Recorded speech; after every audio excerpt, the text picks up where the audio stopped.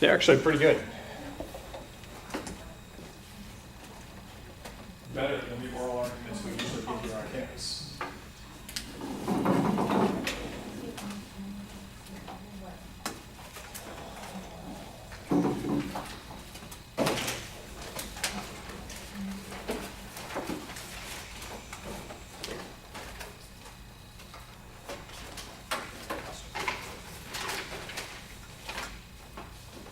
Today is the 28th.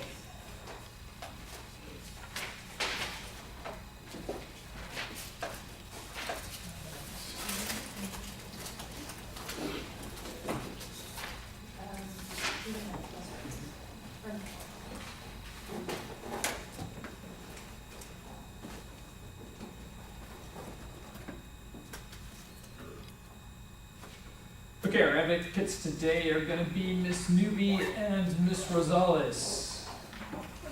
I felt it coming. I can tell, right? Coming. Except everybody felt it coming, it just actually came for you. Miss Newby, you will represent the tenants, and Miss Rosales, you will represent the landlord.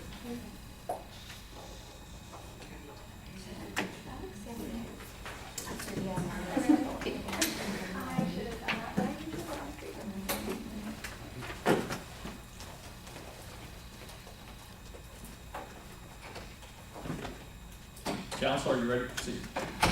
Okay. Can I say no?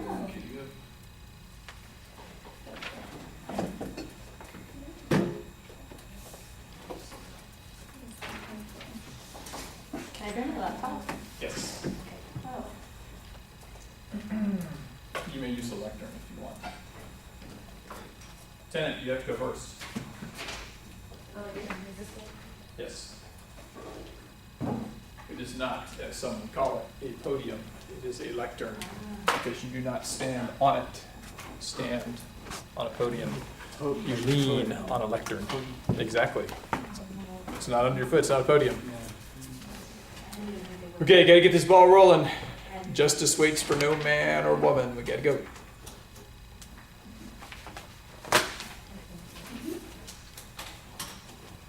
Hold on, I have band.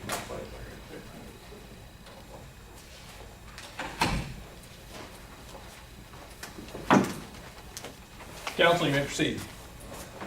Okay, it is my client's position, is our position, that we qualify for the exception to the rule that a fixed property can be removed from the premises because it is not an integral part of the premises in the manner in which it is affixed.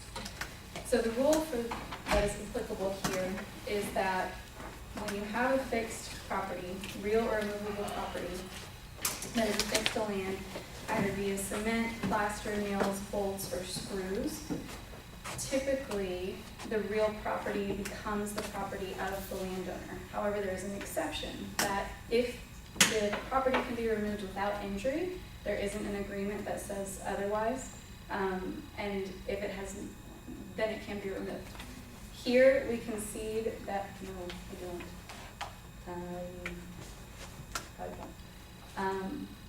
And then the exception to the exception is that even if it will cause injury, if it has not become integral to the space, then you can still remove it.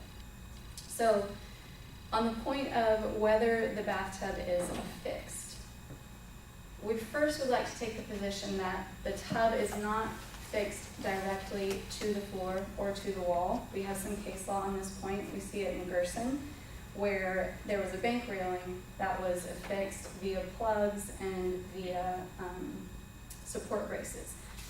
The case law there, although the bank railing was indirectly connected, we have the same thing here. The court did hold that that property became the property of the landowner, so of the bank owner. So we can see how you can make that analogy here, that even though our tub is indirectly attached, it does become the landowner's property. However, so we concede on that point, however, our contention is that this bathtub has not become integral to the property. We say that because there is already, this is a 2-bed, 1-bath apartment unit, and my client put this bathtub in what is a bedroom, not for the purpose or the intent of converting it into a bathroom, because there is already a bathroom, but because she wanted to make a sanctuary room. That did involve the plumbing, and she did attach the tub via the pipes to the floor, but we can still take the bathtub out because it is not integral to the room, and so therefore it does not become the property of the landowner.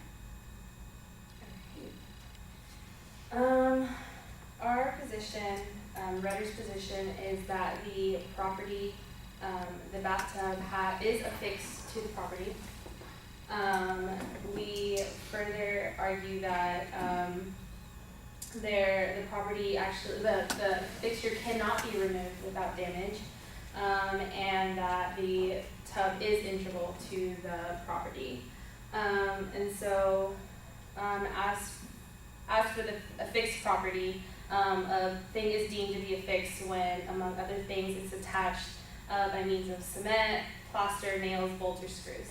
And so here, the bathtub, the pipes were welded together and glued together in certain areas, and screws were used to connect the tub to the pipes.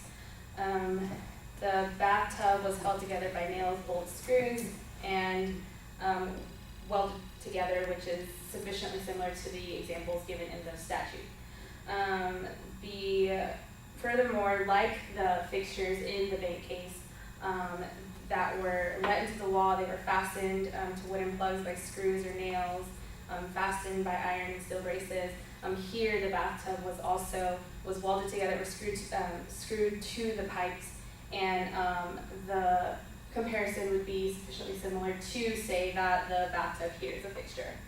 As for injury or damage to the property, removing the bathtub would cause damage to the property. As the room currently stands, there are 3 holes drilled into the floor, and the plumbing is affixed through those holes. If the bathtub were to be removed from the plumbing, you'd be left with, I guess at best, an eyesore in the middle of the bathroom. If you remove the pipes, then you'd be left with 3 holes in the middle of the bedroom, not bathroom.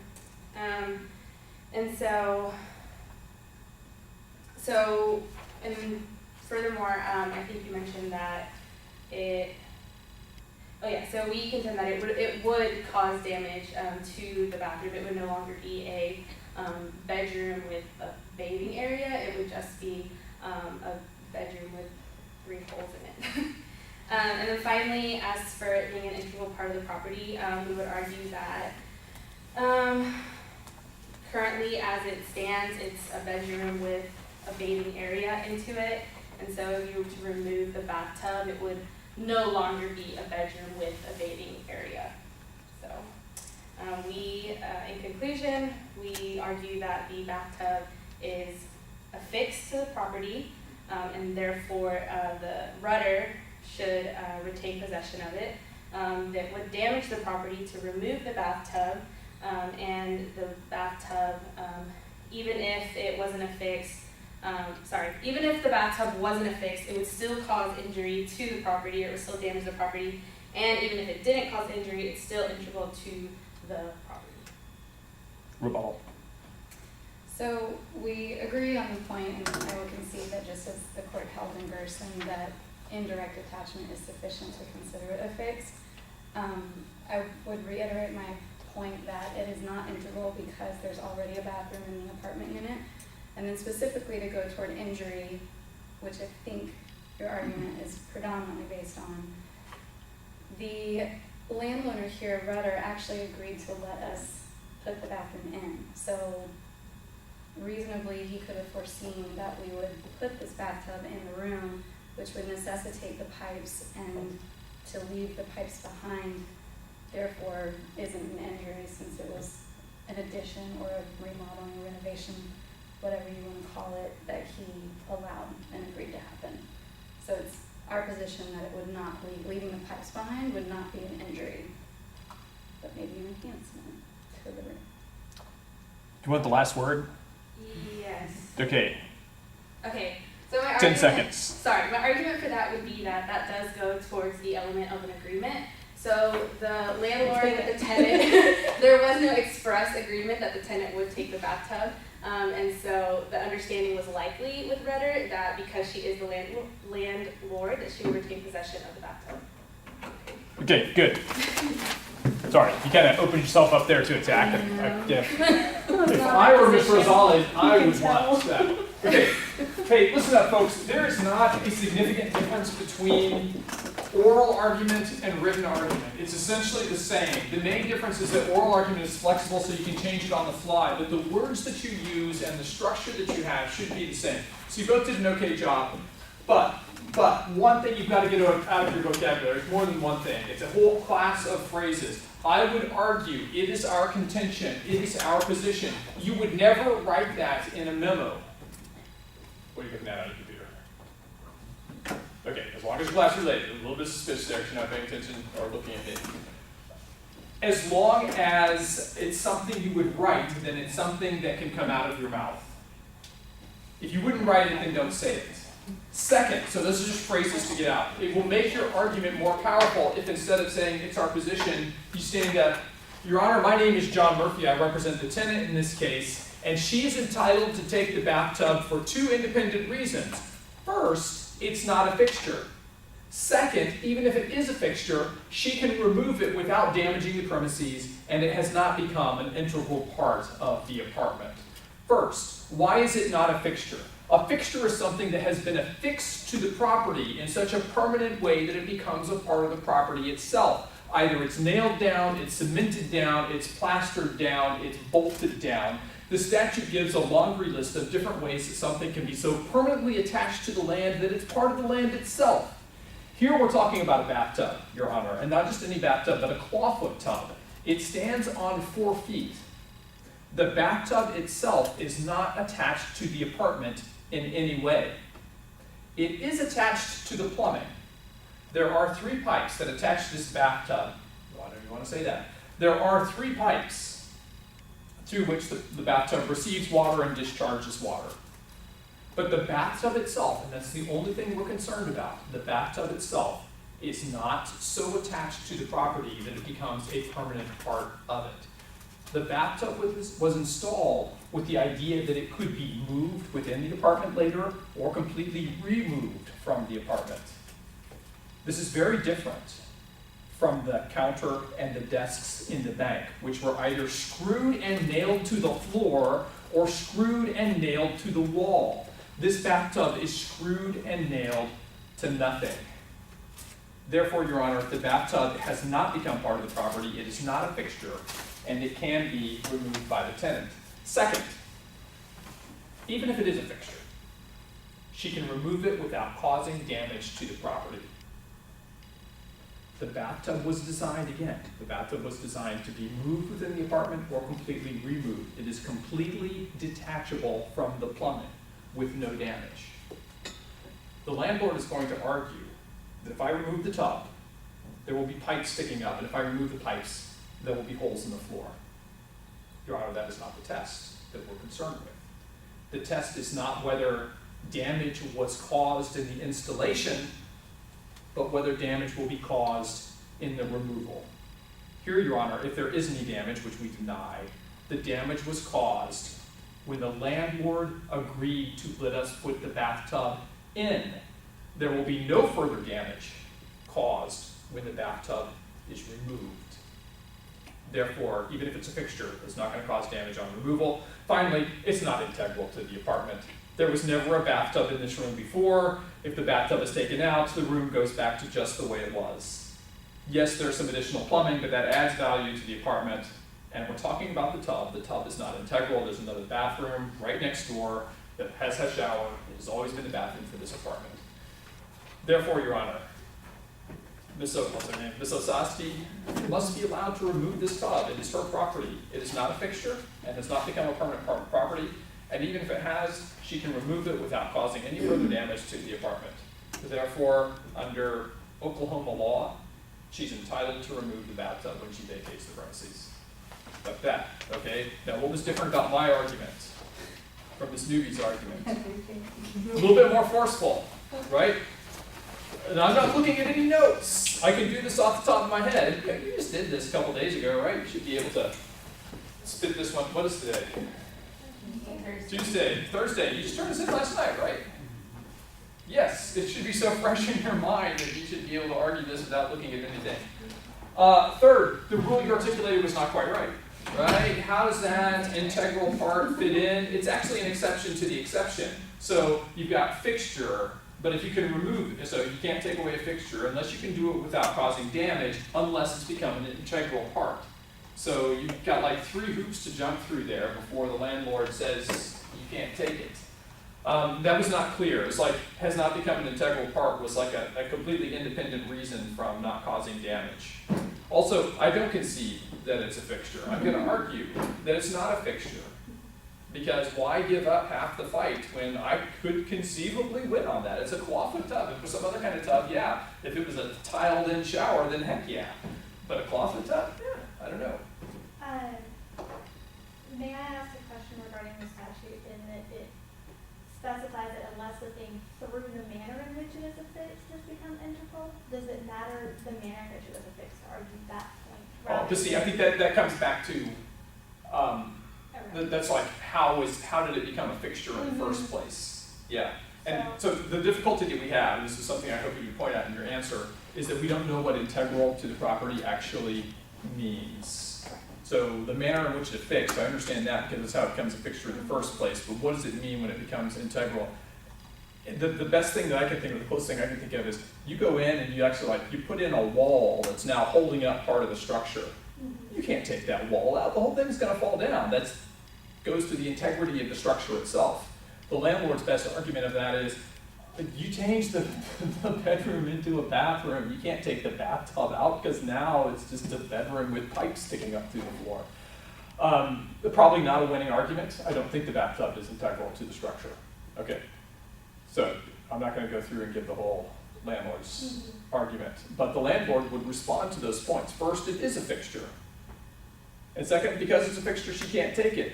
And if she does take it, she's going to cause damage. And it doesn't matter if the damage was caused when she installed it or if the damage is going to arise now. She's leaving the premises in a damaged condition. If she left the tub there, it wouldn't be damaged. If she takes the tub out, it is damaged. Therefore, she can't do it without causing damage to the premises. And even if she could do it without causing damage to the premises, it's integral to the property because she's converted this bedroom into a bathroom. We've got to have a bathtub for it to be a bathroom. Yes?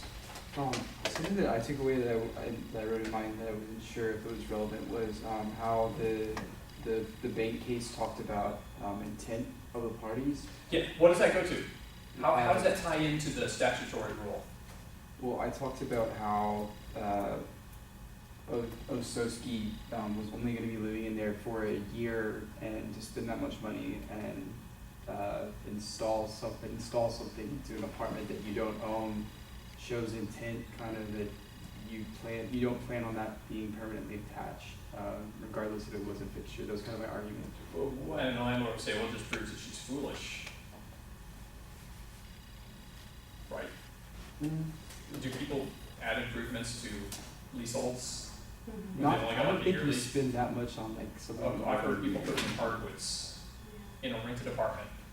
And then their lease is up and the landlord says, thank you, get out, thanks for the nice floors. Yeah, I was just saying It's it's a tub though that's. All right, so maybe that's what she intended, but under the statute, is that going to be enough?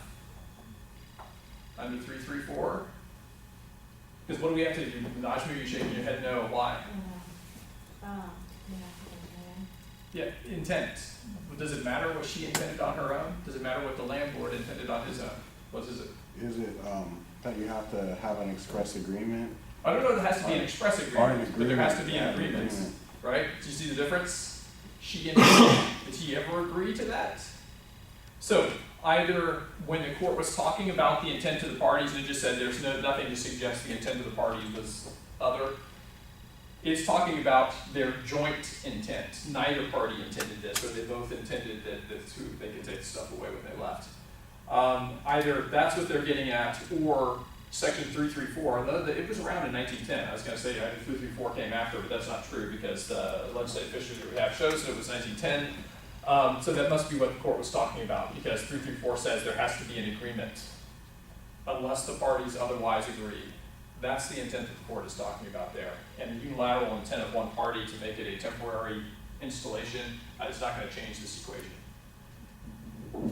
You don't sound convinced. Well, I No, I'm convinced. I argued that he, in my mind, should have assumed, since he was saying, okay, well, yeah, you can install that in a bedroom if you pay for it. Like, you're putting a tub in a bedroom. It doesn't make sense that you would want that to stay in a bedroom either, as a landlord in my head. So that's kind of why I was. But it sounds like he does now. Well, now he does, yeah. And that gets back to the last point. That's, Ms. Newby, the argument that you were making at the end, that he agreed to let her put it in, and so that shows that, I'm sorry, what was the argument that you made? Well, I should have said it the way that you said it and put it on the point of injury having been before. Right, but what did you actually said? I basically said it the other way. I said, well, he agreed to it in the first place, so he's fine with the injury. There is. Oh, yeah, I think what you said is because he agreed to something, and it's kind of like what Brett is talking about, that he must have agreed that she could take it away too, since it was just tenancy and not ownership. To which I would say, Ms. Rosales, if I represented the landlord, that, Your Honor, the equally valid opposite inference is that he let her install it because he knew it was going to become part of the premises and his property when she moved out. And while that does not cast him in the best light, it is the law. And the court must uphold that law. I have to think about how I did that sentence, but I would just stop there. The court is bound to uphold the law. Okay, so what was I just talking about? Not just oral argument, right? I was talking about how you should have structured your answer, because you were supposed to be making arguments for and against. Paragraph for why it's not a fixture, paragraph for why it is a fixture, who has the better fight. Paragraph for I can remove it without damage, paragraph no you can't, who's right. Paragraph about integral to the structure, right? If you've already concluded that she can't remove it without causing damage, which I think is the right result, then you have to talk about integral. Well, even if she could remove it without damage, it has become integral to the property or has not become integral to the property. And I think she has the best argument on that one. She's going to win on that, but it doesn't matter because it's going to damage the apartment if she removes that thing. Although you could come down either way on that one, I guess. Make sense? So I was really talking about your written answers in the context, though, of how you would make an oral argument. The oral argument should essentially be the same as a written argument. The only real difference, again, is that an oral argument is flexible because you can tailor it to what your opponent has just said or the questions that the judge is asking. Whereas when you've committed it to writing, you're bound to what you already have. Yes?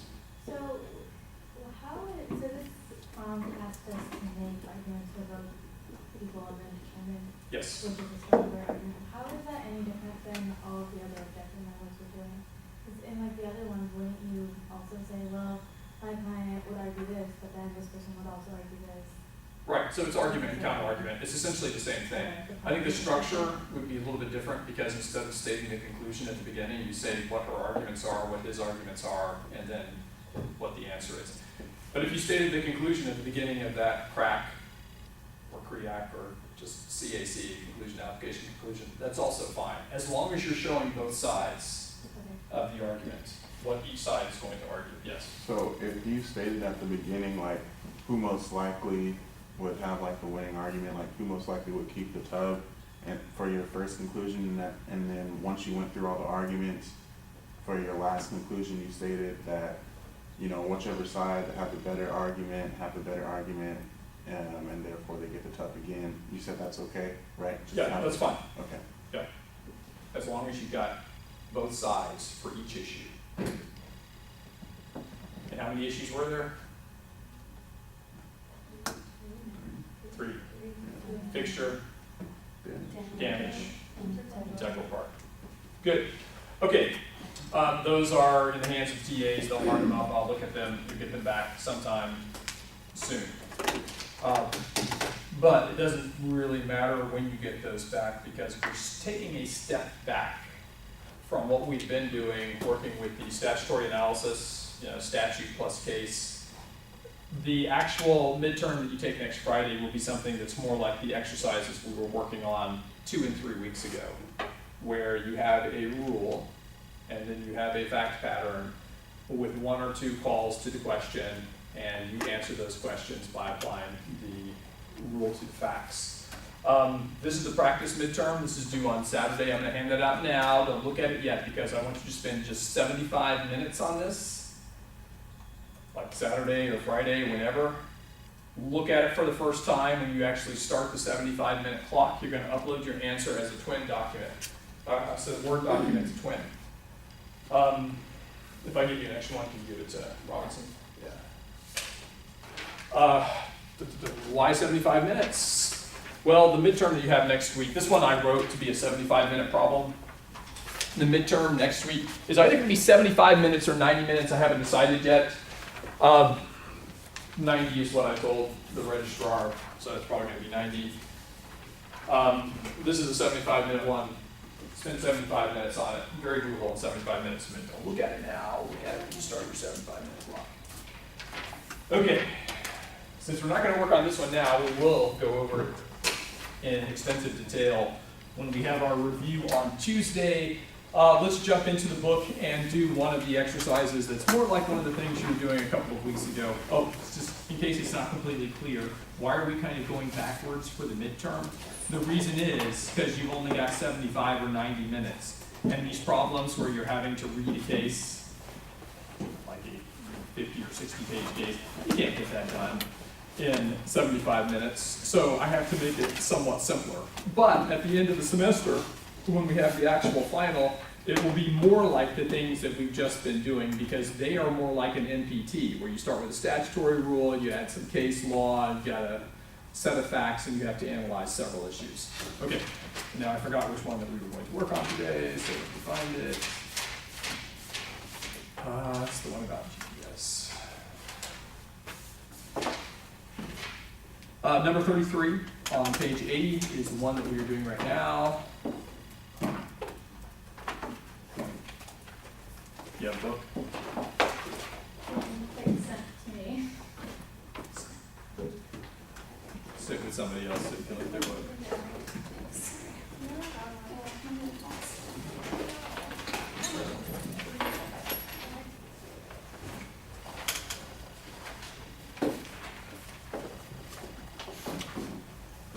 Take 80.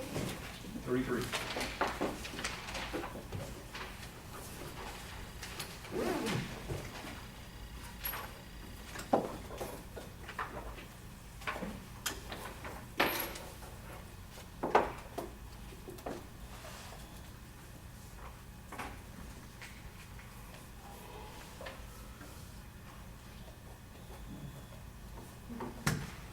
So are we done after this week with the assignments?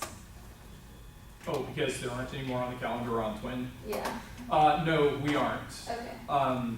This is, yeah, it's because we've got the fall break. You're done until after fall break. Okay. Yeah, and you may be done until after we have the other midterm, but I'll probably have another essay style assignment there in that week just so that we have something to be working on. But we're not done. And eventually they will slow down to 1 per week instead of 2 per week, but we still have half the semester to go after. It's not there yet.